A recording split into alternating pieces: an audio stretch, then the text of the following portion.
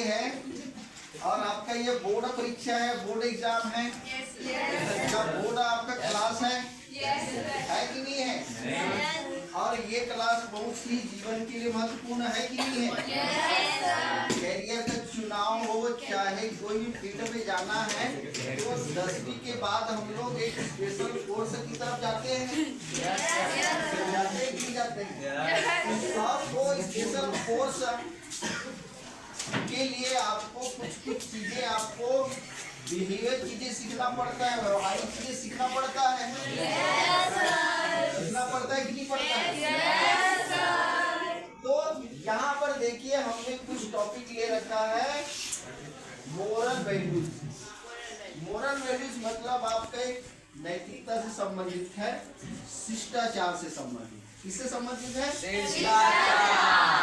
शिष्टाचार आप लोग सब लोग जानते हैं, सब लोग इसका उपयोग करते हैं। इसका उपयोग हम लोग कभी कभी नहीं जानते, उपयोग हम लोग कभी कभी नहीं जानते हैं या निगलेक्ट कर देते हैं, या फिर उसका हम क्या है अनदेखा कर देते हैं कि चलो ऐसा है तो वैसा है।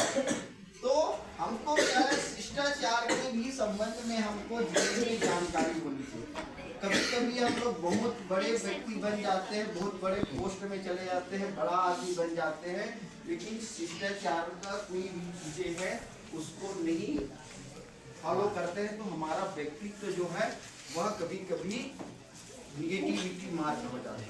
हमारा व्यक्तित्व का पहचान कैसे हो जाता है? हमारा निगेटिविटी हो जाता है, समाज में हमारा वैल्यू कम हो जाता है। समझ रहे हैं? तो कहने का मतलब है आप किसी भी कितना भी ज्ञानी बन जाओ, यदि आपके पास शिष्टाचार नहीं है तो आपकी वैल्यू घट जाएगा, समाज में आपका रिस्पेक्ट घट जाएगा। समझ रहे हैं? तो हमको ज्ञान के साथ साथ, पद के साथ साथ शिष्टाचार का भी महत्व रखना चाहिए। रखते हैं? यहाँ पर दिया गया है रिस्पेक्ट। रिस्पेक्ट का मतलब कह सकते एक प्रकार का सम्मान देना, और सम्मान हर व्यक्ति चाहता है।